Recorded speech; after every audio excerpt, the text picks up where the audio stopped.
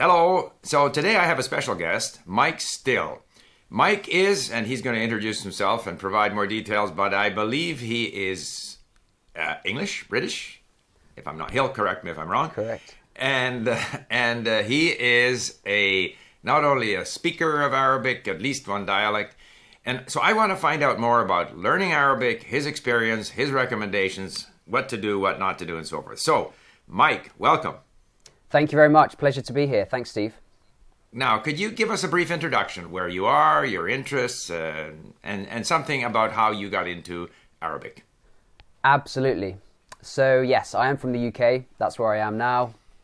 And I grew up in the southwest of the UK. I studied in Southampton University. I did a physics degree, so not particularly language related. But I did always have this interest in languages going back to a young age. I didn't go abroad for a very long time. So it wasn't until I was about 14, 15 and I went to France with school. So, across the English Channel to France with school. And I never really had much experience with other languages up until that point. I've made up for it since, and I spent a lot of time traveling abroad. So I've always been passionate and interested in languages, and I've always just found it very fascinating to hear other languages, and I always wanted to understand what other people were saying. So my specific interest with Arabic came probably as early as when I was at university, although we did have the odd Arabic lesson at school when I was kind of 15, 16 years old. I had a friend at university who was from Oman, and I would always be asking him to teach me little words here and there. Hello, thank you, you're welcome, all these kind of things.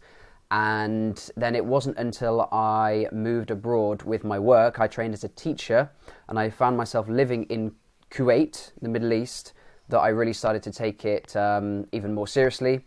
And I started studying Arabic Fusha, and when I was in the Middle East, there was no better opportunity or better excuse to learn the Arabic, so I started taking it a bit more seriously then, and we can talk all about that. Sure. Can I ask you a few questions then? So what Sure. year were you in Kuwait?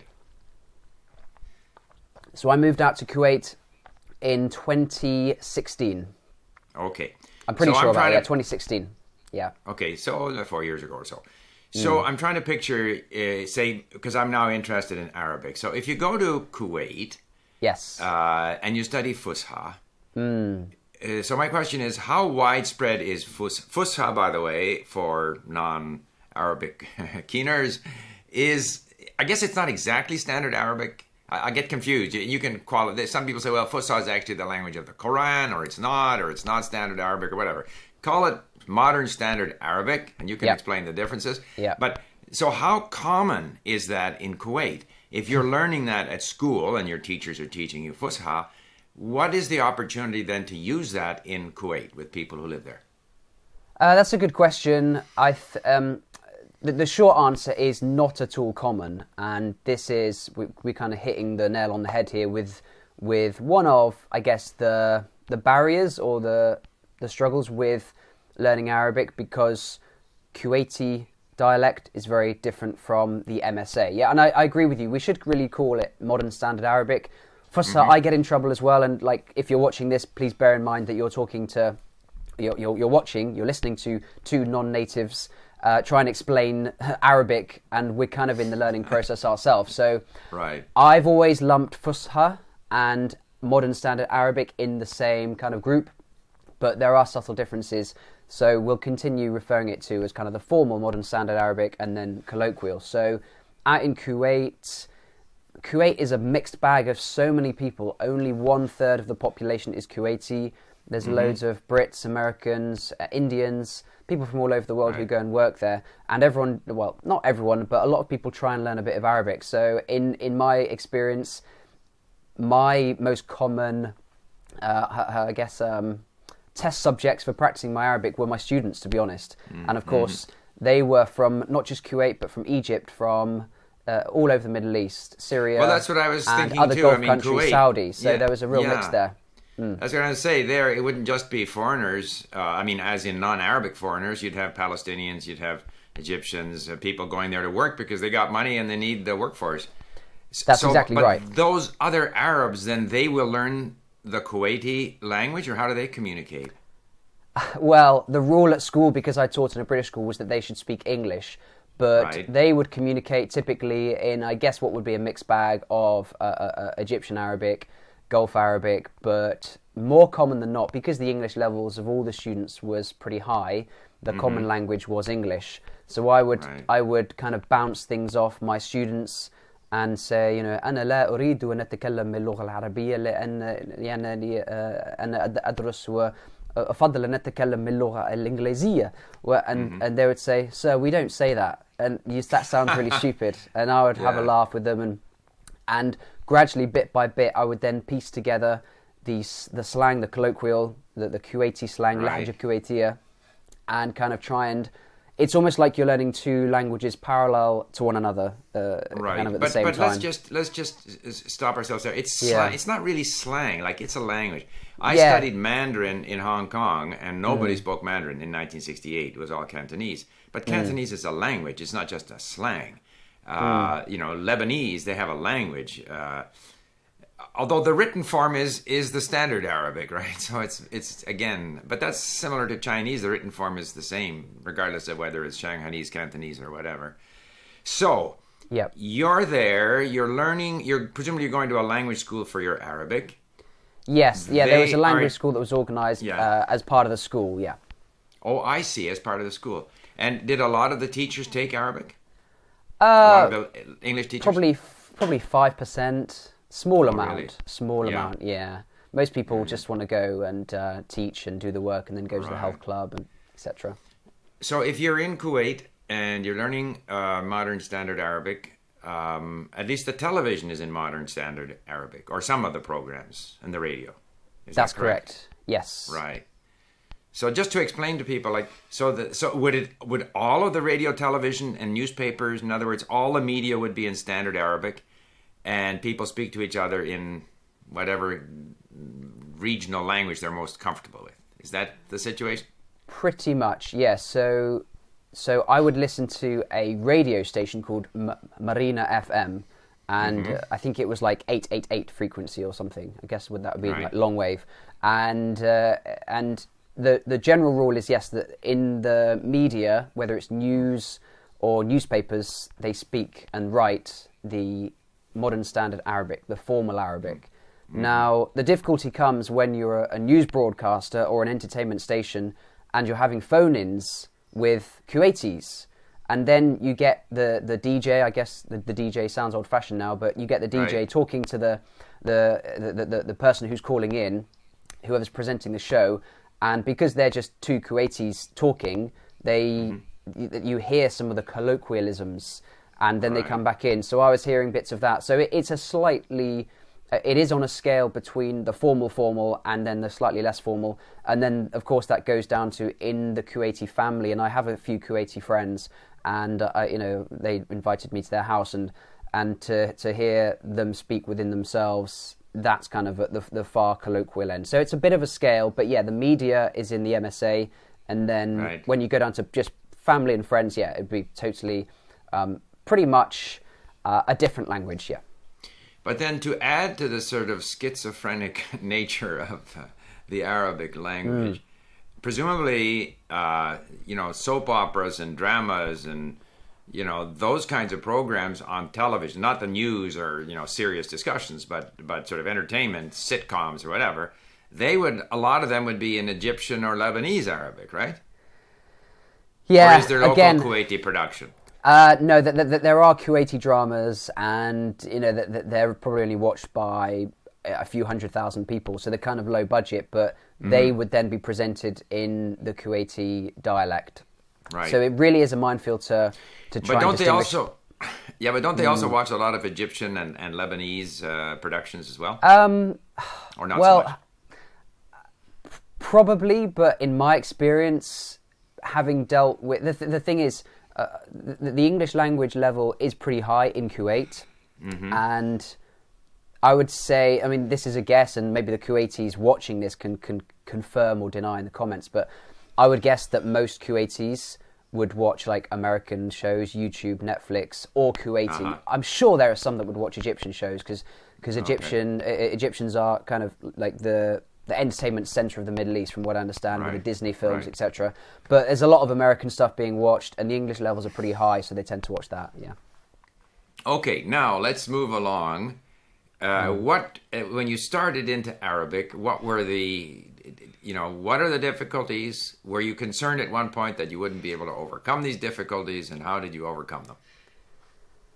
Absolutely, I was concerned. I thought this is an impossible task. There's no what was way impossible? that. What specifically was Well, impossible? to get to the level that I wanted to get to, which was to be able to understand and speak Arabic, I just thought I'm going to spend months. I mean, at this point, I was thinking weeks, months, years. I'm going to spend weeks, months, and years, and I'm going to have nothing to show for it. And I thought I thought it might be a waste of my time, and for those people that were kind of watching me learn as well, I would have just seemed to have failed. Now, of course, you don't notice the progress you're making, and I've talked about this in some of my videos, that because you're watching yourself learn in real time, you don't see the small steps, the small bits of progress, and really it's just overcoming that gradually. How did I overcome it? I basically tried to just... I mean, the thing is, if you enjoy doing something, then it's not work. And I know that you yourself, as a polyglot, will understand this. Yes. For you, learning a language isn't work. It's just part of your day. It's enjoyable. It's something that you get pleasure from. Mm-hmm. And I felt very much like that, in that I would integrate it so that it didn't feel like work. I take the same approach to things like exercise. It seems like maybe an interesting comparison, but if I'm exercising and I'm hating it and I'm all sweating, I'm never doing this again, then I'm not going to do it again. So I'd rather just do something really light and easy than nothing at all. And it's the same with languages. I'd rather just watch 20 minutes of a Arabic-speaking YouTube video and not kind of be bogged down and tired and struggling with it than do nothing at all. So it's being realistic with your expectations, and then and not pushing it so hard that it kind of puts you off it. So that was my main approach. Yeah, you got to keep that fire, that flame burning. Sometimes if you push it too hard, the flame goes out. Exactly. Exactly. When I started, to me the biggest obstacle was the writing system. Because 4 different forms of the same letter, depending on where it's located in the word. Letters that are pronounced differently depending on any number of things. I decided not to learn the little, acronyms that designate the consonants, because I have, audio on the computer. I have text to speech. I'll just listen to it, and sure. But now I find that it's just amazing how the brain gets used to things. So I'm not at your level, but I'm more and more getting used to it. I just wanted to point out too that you do have a YouTube channel. We will leave a link in the description box. I was interviewed by you for your YouTube channel not too long ago, and it's a place where people can find information, advice, resources, encouragement, explanation, etc., all related to learning Arabic. And what is the name of your YouTube channel? My YouTube name is now just Mike Still. So Mike Still, Mikestill. Yeah. Okay. The old name was Arabic Mike, so if you search for Arabic Mike, you'll find it as well. But yeah, Mike Still is the name of my channel. Okay. And I think, Arabic there's 350, 400 million speakers. It's a language that has had a profound influence on history, because, having also studied Turkish and Persian, there's 10-15% Arabic words in those languages. Obviously, the Muslim religion, which was brought to a good part of the world by Arabs, and with it their language. It's just and there's a whole bunch of history. There's so much that relates to the Arabic language, not to mention the political situation today. Learning their language brings those people to life, makes them not just stereotypes, but makes them real people. But of course, you lived in an Arab country, so you have a different perspective than I have. But a very worthwhile language to learn. And absolutely, you may want to add to that. Well, no, just that, just to bring up one of your earlier points about how, which language to learn and why Arabic and what are the benefits of learning Arabic. It is, it depends on how you judge it, but it's certainly in the top 5 languages spoken as a second language. at least, and you're never going to struggle to find someone who speaks Arabic in order to practice speaking with. For me, I had the added benefit of working in the Middle East. So I didn't just spend the year in Kuwait. I also went to Jordan and spent some time there, and I then worked in Dubai. So I've spent a bit of time in that way. But no, it's a worthwhile language to learn. There's so many Arab speakers, and if you have any kind of contact or connection to that part of the world, whether it's through work, whether it's through a friend, it's definitely a worthwhile language to learn in that way, because they'll really appreciate the effort you've made, and you can build those connections. And for me, it was all about building those connections with the people who speak it, because they're quite because it's quite unusual to have someone learn the language. It goes even further with them, and they really do appreciate it, and they love to talk about their language. They're very passionate about it. Okay, so then let me ask you a question that I kind of struggle with. So you were in Jordan, so that's Levantine Arabic. Yes. You were in Dubai, that's Gulf Arabic. Yeah. Kuwait, I guess, is Gulf Arabic. I don't know. Or is it closer to Iraqi Arabic? I don't know. So when you are in those different places, what form of Arabic do you use to communicate with people? So I would... Well, so in Jordan, I did a language school at part of the university there for a month, and having studied Fusha, then or MSA Arabic, I then added to my kind of toolkit the Jordanian. So I would try and use my Jordanian Levant phrases. Now, was that difficult to do once you had the Fusha to develop an ability in say the Jordanian Arabic? Was that a lot of work, a lot of time, or a fairly easy transition? I wouldn't say it was difficult, but it was frustrating, because there I was learning all these words and doing my flashcards and trying to drill 1,000, 2,000, 3,000 words into my head, and then I'm given a new set of words for all of those words. So it is a challenge, and it's something that could potentially put people off, but it also makes you. It really gives you an appreciation for the history, the structure, and the depth of the language, and to see how it all fits together is really rewarding, because there's.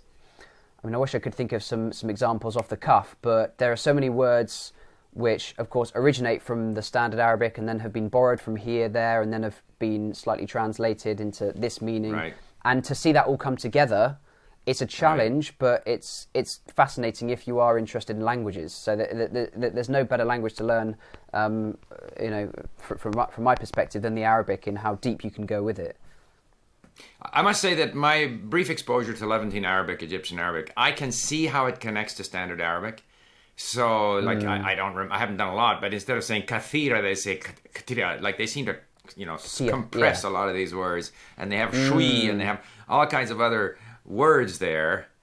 I think we have lost our contact in our Zoom. I'll just explain here.